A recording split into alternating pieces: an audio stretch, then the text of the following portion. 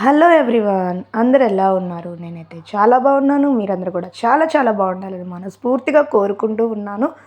ఈరోజు ఒక మంచి వీడియోతో, భక్తిపరమైన వీడియో, అలాగే అద్భుతమైన వీడియోతో మీ ముందుకైతే వచ్చాను. ఆల్రెడీ మీరు వీడియో చూస్తూనే ఉన్నారు. దేని గురించి చెప్తున్నాను అనేది కూడా మీకు అర్థమయ్యే ఉంటుంది. ఆల్రెడీ నేను టైటిల్లో కూడా ఇచ్చాను కాబట్టి.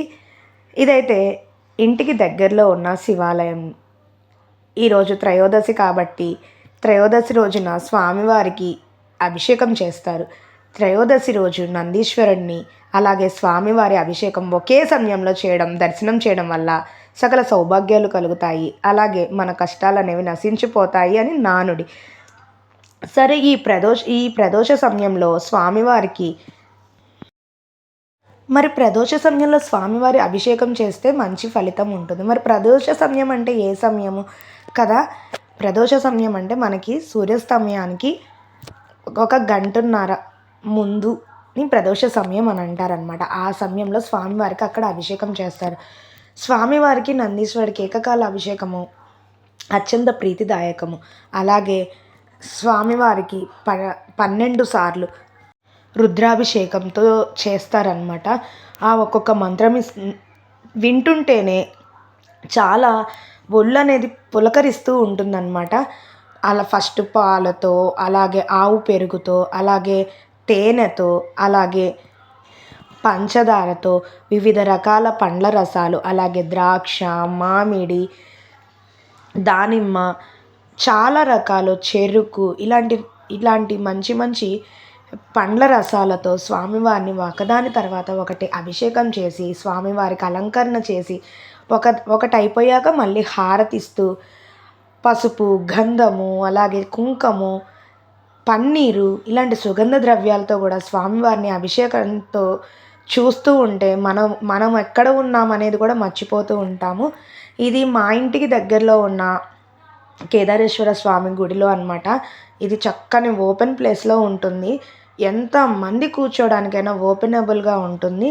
సో అక్కడ ఎంతసేపు ఉన్న టైం అనేది అర్థం కాకుండా ఉంటుందన్నమాట. ఇక్కడే గణపతి, రాజగణపతి, కుబేర గణపతి దర్శనం చేసుకోవచ్చు. అలాగే షణ్ముఖుడిని కూడా ఇక్కడ దర్శనం చేసుకోవచ్చు. వెళ్ళాము అంటే బయటికి రావడానికి చాలా కష్టంగా అనిపిస్తూ ఉంటుందన్నమాట. స్వామిని అలాగే చూస్తూ ఉండాలనిపిస్తుంది. ఎంత దూరం నుంచి చూస్తున్నా, ఎటువైపు నుంచి చూస్తున్నా స్వామివారు కనిపిస్తూనే ఉంటారు. నిజంగా శివయ్యకి అభిషేకం చేస్తుంటే ఆ ఆనందం అనేది మాటల్లో చెప్పలేమన్నమాట. మన చేతులతో చేసినా చేయకపోయినా స్వామివారికి ఎవరైనా చేస్తుంది చూస్తున్నా కూడా అంతే మహద్భాగ్యము. ఎంతవరకు అంటుంటారు కదా, శివుడు అభిషేక ప్రియుడు అని చెప్పి ఆయనకి ఒక మారేడు దళం పైన పెట్టేసి మనం నీటితో అభిషేకం చేస్తున్నా కూడా ఆయన పరవశమైపోతాడు, మనకు అనుకున్న కోరికలు తీరుతాయి అని చెప్పేసి అందుకే స్వామిని అభిషేక ప్రియుడు అని అంటారు. ఇక్కడైతే మీరు కూడా చూస్తున్నారు కదా, ఈ మహద్భాగ్యాన్ని మీకు కూడా చూపించాలనే తపనతో నేనైతే వీడియో తీశాను. ప్రతి ఒక్క అభిషేకం అనంతరం స్వామివారికి అలంకరణ చేసేసి పండితులు అయితే హారతి ఇచ్చేస్తూ ఉన్నారు. నాకైతే మొత్తం అయిపోయేదాకా ఉండి చూడాలి అనిపించింది. ఇక్కడ స్వామివారికి ప్రాతకాల పూజలు చేస్తారు. మనము ఏ సమయంలో వెళ్ళినా స్వామివారికి మనం అభిషేకం చేసుకునే అవకాశం ఉంటుంది. కావున ఎక్కువ సమయం ఉన్నప్పుడు నేను వెళ్ళేసి అభిషేకం చేయడానికి ఇంట్రెస్ట్ చూపిస్తూ ఉంటాను. అలాగే ప్రతిరోజు రుద్రపారాయణం జరుగుతూ ఉంటుంది. మ్యాక్సిమం నాకు ఎక్కడ అన్ని చోట్ల జరుగుతుందో లేదో నాకు తెలియదు. ఇక్కడ అలవాటు కాబట్టి నేనైతే చెప్తూ ఉన్నాను. అలాగే మీకు వీలైన సమయంలో సోమవారం అలాగే త్రయోదశి రోజు ఖచ్చితంగా స్వామివారిని అభిషేకానికి సమయం కేటాయించుకోండి. శుక్లపక్ష త్రయోదశి నాడు, అలాగే కృష్ణపక్ష త్రయోదశి నాడు ఖచ్చితంగా అభిషేకం జరుగుతుంది. అలాగే మాస శివరాత్రి రోజు జరుగుతుంది. మనము కాశీలో చూసిన కాలభైరవుడిని ఇక్కడ కూడా చూడవచ్చు. కాశీలో ఉంటుంది కాలభైరవుడి గుడి. అలాగే ఇక్కడ కాలభైరవుడికి కూడా అష్టమి రోజు చక్కగా తైలాభిషేకం చేస్తారు. అది కూడా చాలా అంటే చాలా బాగుంటుంది. ఆ రోజు కూడా అభిషేకము అలాగే తైలాభిషేకం చేస్తుంటారు. అలాగే అమావాస్య రోజు కూడా తైలాభిషేకం చేసి కాలభైరవుడిని పూజిస్తారు.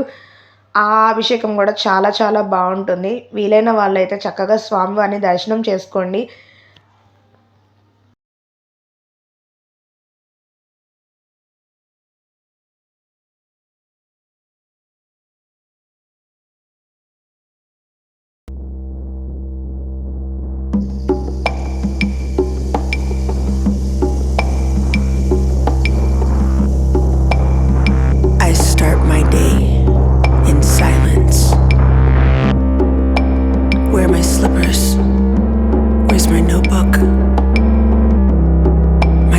write them down, write down your dreams, write down your dreams.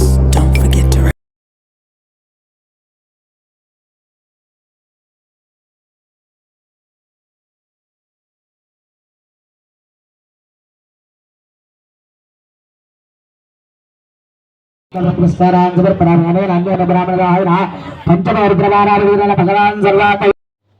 ఇక్కడైతే చూస్తున్నారు కదా భక్తులతో ఎలా ఉన్నదో టెంపుల్ అయితే చాలా చాలా బాగుందన్నమాట. త్రయోదశికి చాలా విశిష్టత ఉంటుంది కదా. త్రయోదశి నాడు శనివారం త్రయోదశి వస్తే దాన్ని శని త్రయోదశిగా మనం పరిగణిస్తూ ఉంటాము. ఆ శని త్రయోదశి రోజు శనీశ్వరుడికి మనం అభిషేకం చేయడం వల్ల మనకున్న దోషాలు అనేవి తొలగిపోతాయి అని విశ్వాసము. అలాగే మనకి దీపావళి ముందు వచ్చే త్రయోదశిని ధనత్రయోదశిగా మనము పూజ చేస్తూ ఉంటాము. అలాగే మనం ధనత్రయోదశి రోజు కూడా అమ్మవారికి అలాగే కుబేరుడికి పూజ చేయడం వల్ల ధనానికి లోటు ఉండదు, అలాగే సౌభాగ్యానికి లోటు ఉండదు, అష్టైశ్వర్యాలు కలుగుతాయని చెప్పేసి ఆ రోజు గ్రామ బంగారం తీసుకున్నా అది మనకి మంచి జరుగుతుంది అని చెప్పి ఎక్కువ నమ్ముతూ ఉంటారు. అలాగే నాకు చాలా ఎక్కువ నమ్ముతూ ఉంటారు.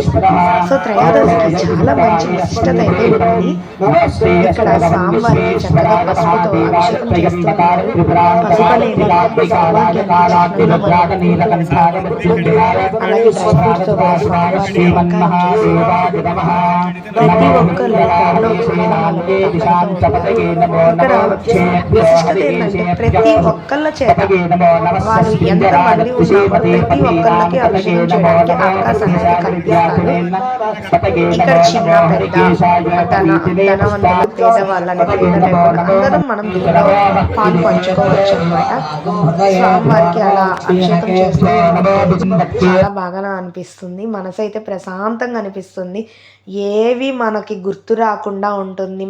మన మైండ్ సెట్ అంతా పీస్ఫుల్గా ఉంటుంది. ఎన్ని టెన్షన్లు ఎన్ని స్ట్రెస్ ఇలాంటివి ఏమి మన దరి చేరకుండా ఆ పరమాత్ముడే చూసుకుంటున్నాడు అనే ఆలోచనలోనే ఉంటాము.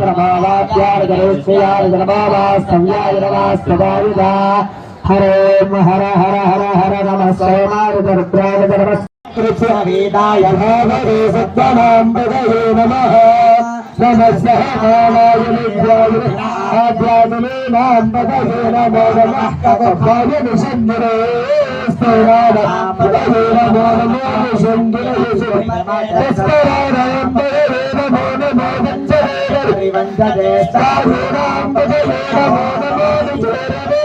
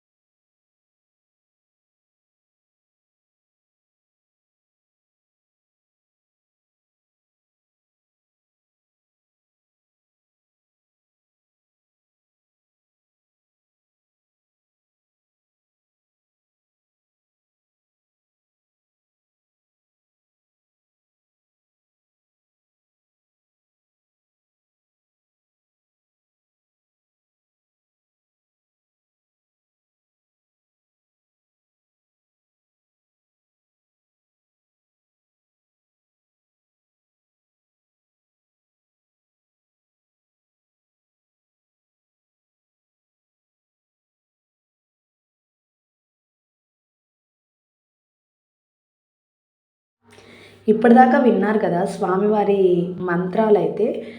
అసలు ఎంతగా అనిపించింది మీరు కామెంట్ చేసి చెప్పండి, మీకు ఎలా అనిపించింది అనేది. మీరు కూడా వినడం వల్ల ఆ పుణ్య ఫలితాన్ని మీరు కూడా వస్తుందని చెప్పేసి నేను అలాగే ఉన్నది ఉన్నట్టుగా పెట్టాను. మీరు కూడా ఆ టెంపుల్లో ఉన్న అనుభూతిని అయితే చెందుతారని చెప్పేసి. ఇంకా ఇక్కడ వచ్చేసి అభిషేకం అయితే కంప్లీట్ అయిపోయింది.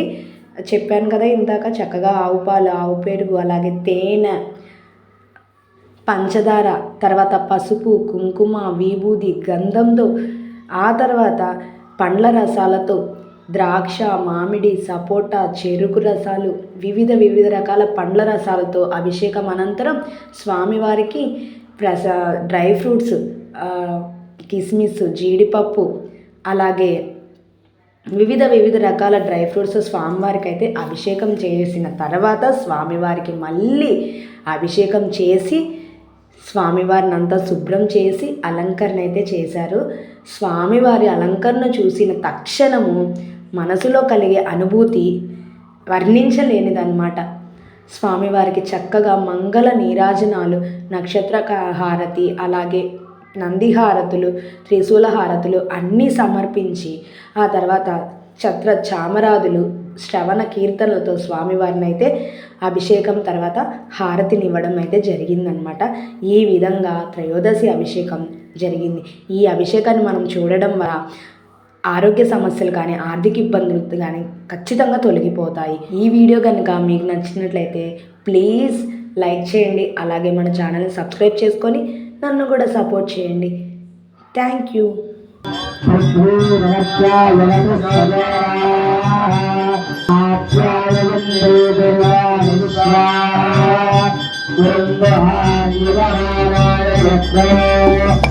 Sarva